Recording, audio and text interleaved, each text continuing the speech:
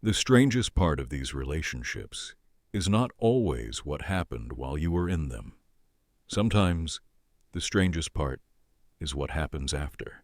The person is gone, or mostly gone, and yet they are still moving through your mind like weather. You think about what they said, what they meant, what changed, whether any of it was real, whether they are treating someone else better, whether they ever wake up and think about the damage they left behind.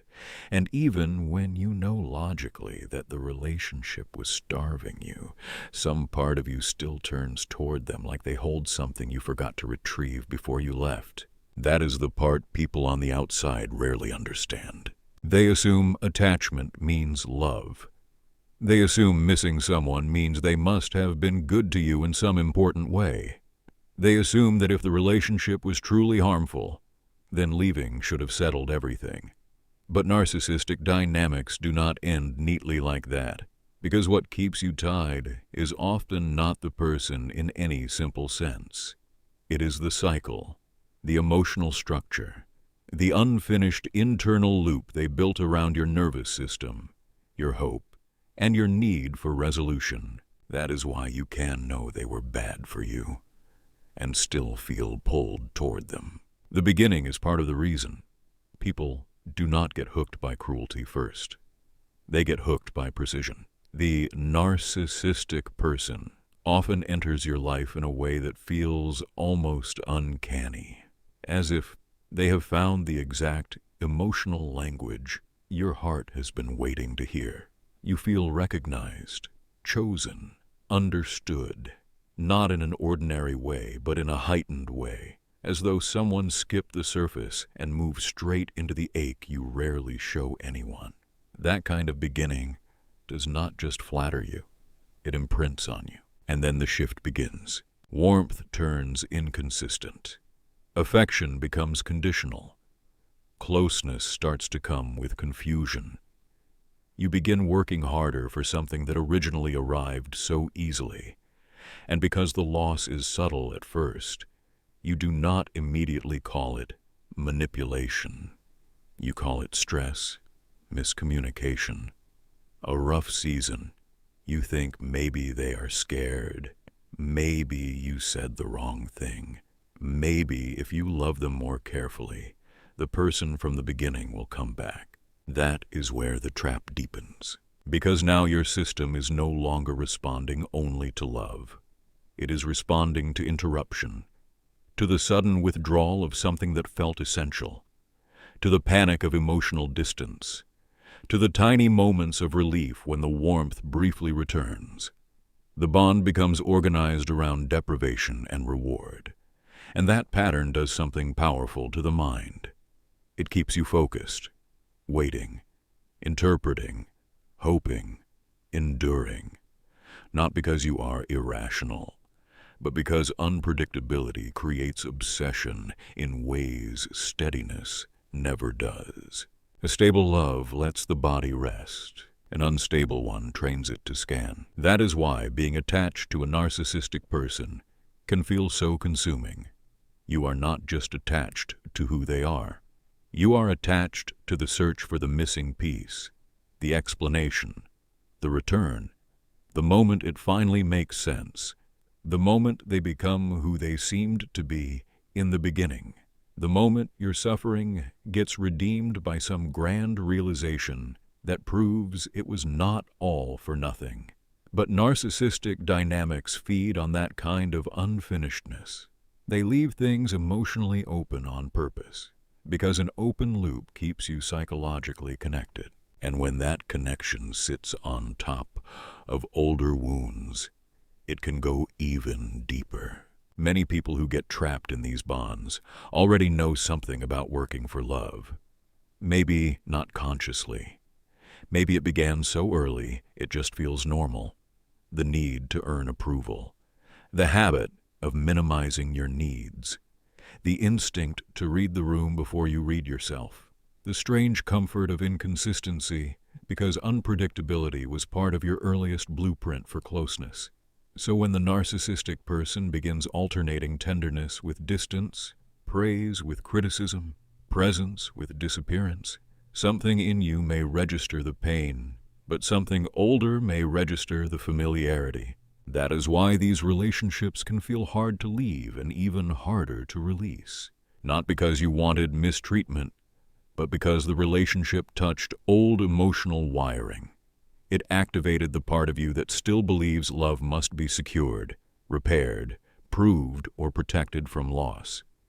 And once that part is activated, you do not just feel attached to the person. You feel responsible for the outcome, responsible for fixing the rupture, responsible for restoring the connection, responsible for getting back to the version of the relationship that first made you feel alive. But that version was never stable enough to live in. That is another painful truth people have to face. You are often not grieving the relationship as it truly was. You are grieving the promise of what it kept pretending it could become.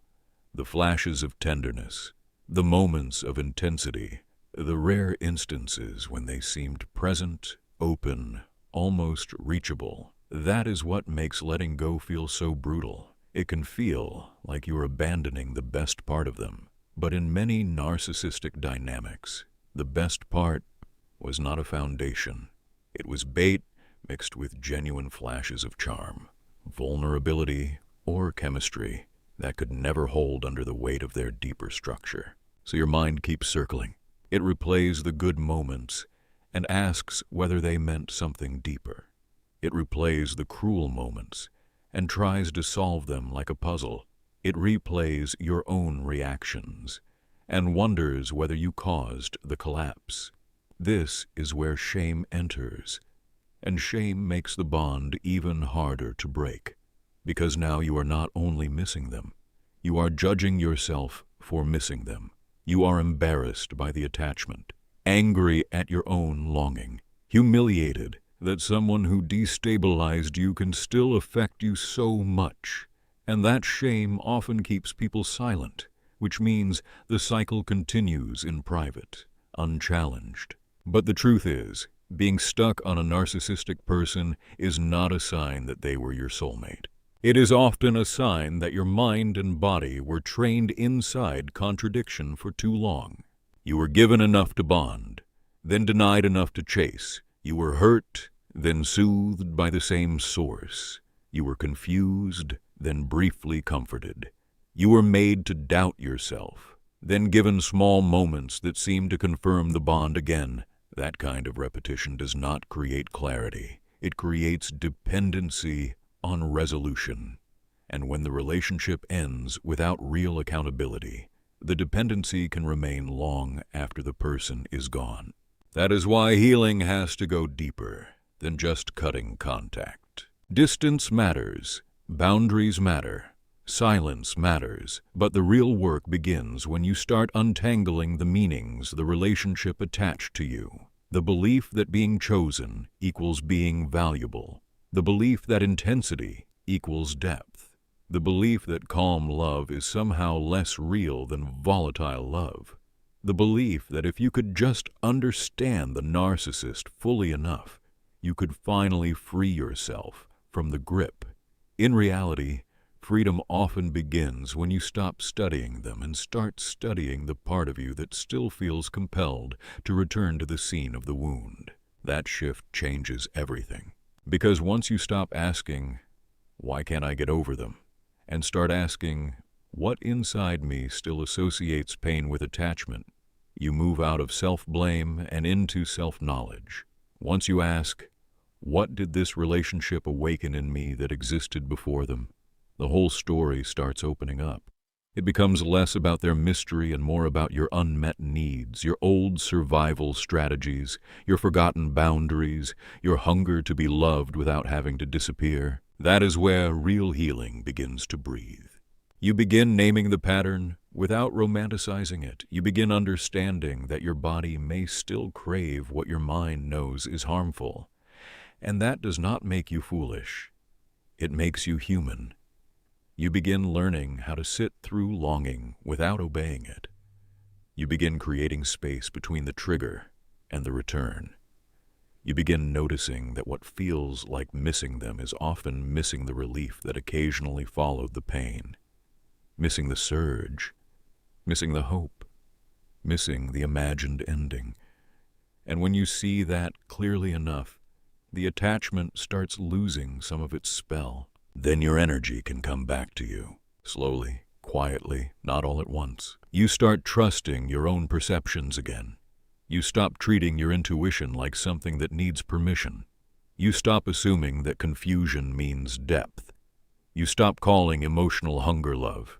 You begin discovering how unfamiliar peace may feel at first, and how necessary it is anyway. You start building a life that does not revolve around deciphering another person's moods. And in that space, something almost shocking can happen.